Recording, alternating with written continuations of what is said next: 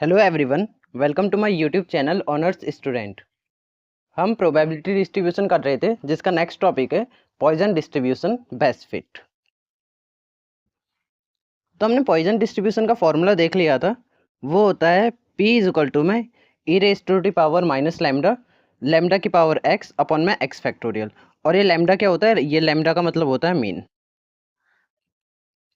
पर ये बहुत ज़्यादा लेंदी हो जाता है जब हमें मल्टीपल पी की वैल्यूज़ निकालनी पड़ती है। तो उसके लिए हम कौन सा फॉर्मूला यूज़ करते हैं? हम यूज़ करते हैं ये वाला P x plus one lambda x plus one multiply में पी एक्स।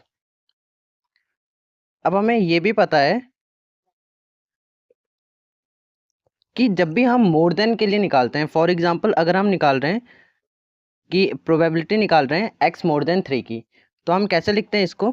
यहाँ पे लिखते हैं हम P X more than three is equal to में पूरी प्रोबेबिलिटी को वन से माइनस कर देते हैं। तो वन माइनस में P zero plus P one plus P two.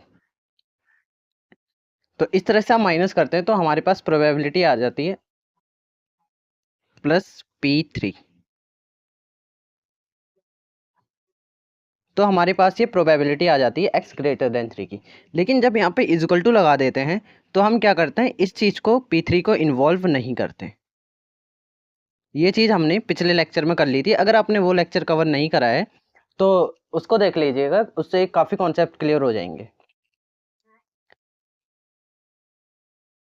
तो यहाँ पे देखिए, अब हमें मल्टीपल पी की वैल्यू निकालनी पड़ रही है, पी जीरो निकालना पड़ रहा है, पी वन पी टू। तो ये वाला फॉर्मूला काफ़ी लेंदी हो जाता है, तो इसलिए हम कौन सा फॉर्मूला यूज़ करते हैं? ये वाला फॉर्मूला यूज़ करते हैं। तो चलिए एक क्वेश्चन देख लेते हैं, आपको सारे कॉन्सेप्ट क्लियर हो जाएंगे। क्वेश्चन है, सैंपल साइज हमें दे रखा है 200। अब हमें इसको पॉइजन डिस्ट्रीब्यूशन में फिट करना है। तो यहाँ पे हमें दो चीज़ें दे रखी है, number of accident, number of firm. तो हम नंबर ऑफ एक्सीडेंट को मान लेते हैं एक्स और नंबर ऑफ फर्म को हम मान लेते हैं एफ, जो कि फ्रीक्वेंसी। तो हमें एक्स दे रखा है 0 1 2 3 4 5 और यहाँ पे हमें फ्रीक्वेंसी दे रखी है। तो इन सब का टोटल कितना आना चाहिए? 200 आना चाहिए, क्योंकि सैंपल साइज ही 200 है। तो हमने यहाँ पे लिखा है नंबर ऑफ एक्सीडेंट एक्स है और नंबर ऑफ फर्म को हमने एफ माना है। तो अब यहाँ पे हमने ये इन्फॉर्मेशन लिख दी है। इसके बाद अब हमें पॉइजन डिस्ट्रीब्यूशन में क्या चाहिए होता है? लैम्डा चाहिए होता है। लैम्डा का मतलब क्या होता है? मीन। अब हमें पता है कि मीन कैसे निकलता है। मीन निकलता है समीशन एफ एक्स अपॉन में समीशन एफ करके। तो अब हमें एफ और एक्स चाहिए, तो रिक्वायरमेंट एफ एक्स की है, तो हम यहाँ पे एफ एक्स का एक थर्ड कॉलम बनाएंगे। तो इस तरह से रिक्वायरमेंट के अकॉर्डिंग हम कॉलम बनाते रहते हैं। तो अब ये है एफ एक्स। तो यहाँ पर आ जाएगा 0 के मल्टीप्लाई 91 से करेंगे तो 0 आ जाएगा। फिर 69, 33 की मल्टीप्लाई 2 से करेंगे तो हमारे पास आ जाएगा 66।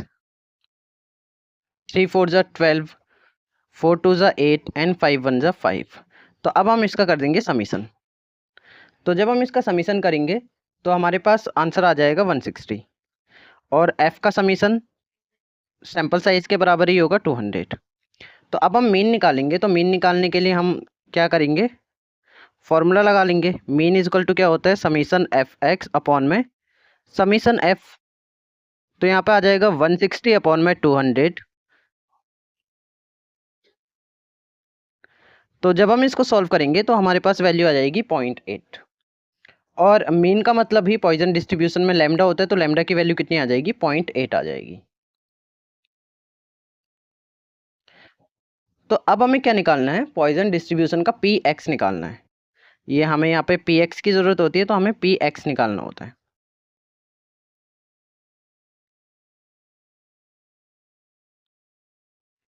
तो अब हम यहाँ पे निकालेंगे पी एक्स। तो यहाँ पे मैं रफली सॉल्व कर लेता हूँ इसको।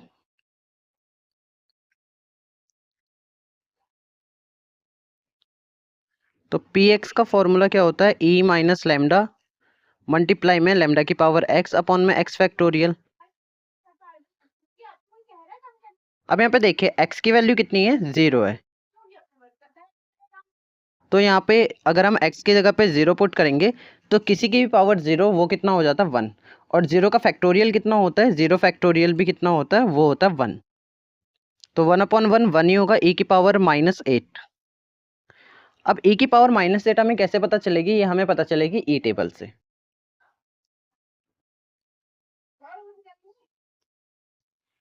तो अब e की पावर -8 हम देख लेते हैं ई टेबल पे। तो e की पावर -8, तो ये माइनस e की पावर वाली टेबल है। तो e की पावर -8 कितनी वैल्यू है यहाँ पे, 0.4493। तो हम 4 वैल्यूज तक लेते हैं डेसिमल के बाद। तो यहाँ पे वैल्यू कितनी आ जाएगी इसकी, 0.4493। अब इसके बाद हम इस फॉर्मूले को दोबारा यूज नहीं करेंगे। अब हम कौन सा फॉर्मूला यूज करेंगे, वो शॉर्टकट वाला।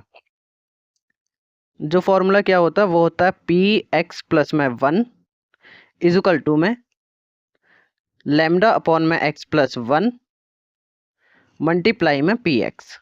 ये फॉर्मूला होता है। अब हमें किसके लिए चाहिए, P1 के लिए चाहिए। तो अब हमें यहाँ पे चाहिए P1। तो 1 तो पहले से ही फॉर्मूला में है, तो x की जगह क्या रखे कि ये 1 ही बना रहे, तो x की जगह हमें क्या रखना पड़ेगा, 0 रखना पड़ेगा। तो 0 + 1 P1 बन जाएगा इज इक्वल टू लैम्डा हम कैलकुलेट कर चुके हैं 0.8 अपॉन में x + 1, x है 0 और +1 तो यहाँ पे 1 आ जाएगा मल्टीप्लाई में पी एक्स। एक्स की जगह हमने क्या रखा था, 0। तो यहाँ पे कौन सी वैल्यू आएगी, यहाँ पे आएगी वैल्यू P0 की। तो यहाँ पे देखिए 0.8 मल्टीप्लाई में P0 की वैल्यू हम कैलकुलेट कर चुके हैं, वो कितनी है 0.4493। तो अब हम इसको करेंगे कैलकुलेटर की हेल्प से सॉल्व। तो हमारे पास जो आंसर आएगा वो आ जाएगा 0.3594। और हाँ, ये डेसिमल डेसिमल का पार्ट है, तो इसलिए अगर आप बुक के सॉल्यूशन देखोगे तो हो सकता है राउंड ऑफ में 1-2 नंबर जो है वो आगे पीछे हो जाए, जैसे यहाँ 94 की जगह 95 आ जाएगा। तो इस तरह से डेसिमल में जो है नंबर ऊपर नीचे हो सकता है, लेकिन ज़्यादा बहुत बड़ा सिग्निफिकेंस फ़र्क इसमें नहीं पड़ेगा। बस यहाँ पे हमें क्या ध्यान में रखना पड़ता है, जो लास्ट का आंसर आना चाहिए वो प्रॉपर फ्रीक्वेंसी के बराबर आना चाहिए।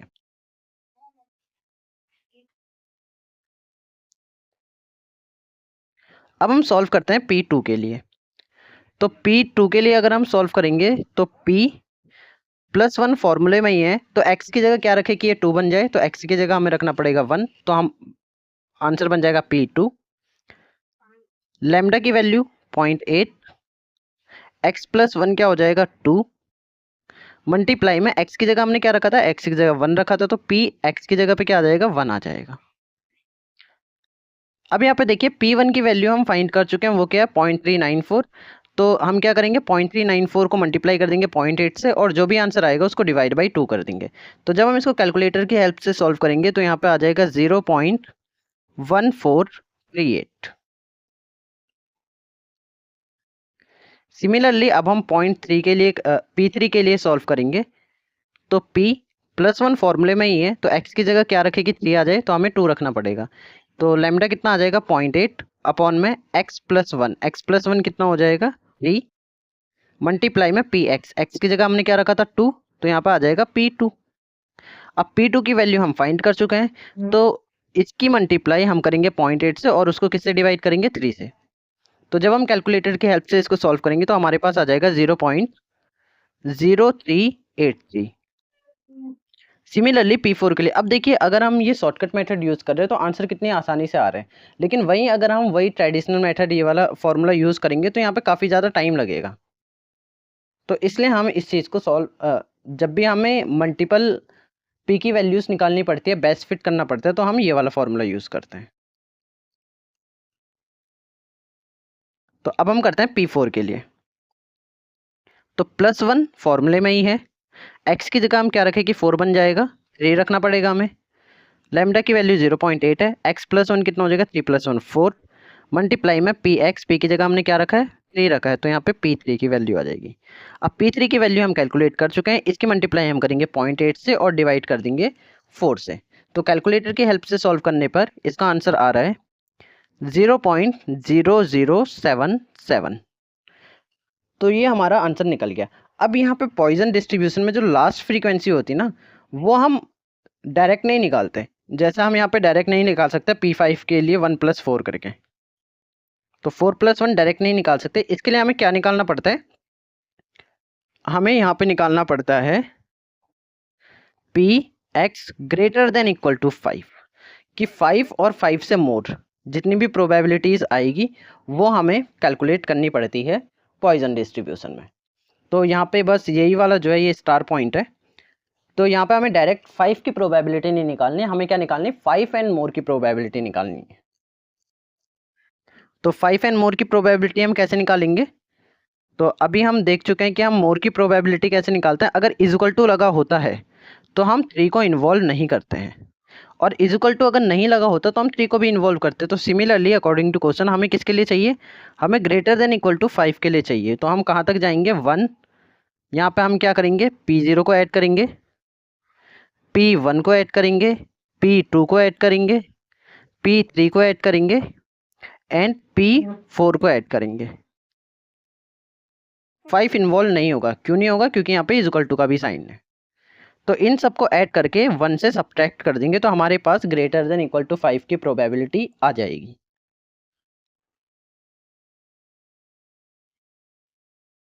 तो देखते कैलकुलेटर की हेल्प से हमें इन सबको प्लस करना है, और प्लस करके क्या करना है, हमें 1 से माइनस कर देना है। तो जब हम 1 से माइनस करेंगे कैलकुलेटर की हेल्प से इन सबको प्लस करके, तो हमारे पास जो आंसर आएगा वो आएगा 0.0015, और इसके ऊपर स्टार मार्क कर देना, और यहाँ पे फुटनोट में लिख देना probability more than equals to 5। तो यहाँ पे क्या आ जाएगा फुटनोट पे, Px more than equal to 5।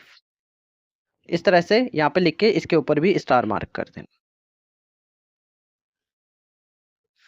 तो सेम वही हम यहाँ पे पॉइंट्स में कैलकुलेट कर रहे हैं, तो पॉइंट्स थोड़े बहुत ऊपर नीचे हो जाते हैं, लेकिन जो फाइनल आंसर है वो 200 ही आना चाहिए। 200 से ज़्यादा आ रहा है या कम आ रहा है तो डेट्स मीन कि हम कुछ गलत कर रहे हैं। अब हम यहाँ पे क्या निकालते हैं, हम निकालते हैं एक्सपेक्टेड फ्रीक्वेंसी।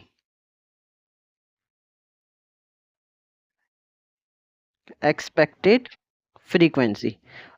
फ्रीक्वेंसी कैसे निकलती है, ये निकलती है फ्रीक्वेंसी को मल्टीप्लाई कर देते हैं हम जो भी Px आया है। तो यहाँ पे मैं लिख देता हूँ ये कैसे निकलती है, ये निकलती है फ्रीक्वेंसी की मल्टीप्लाई करते हैं हम Px के साथ।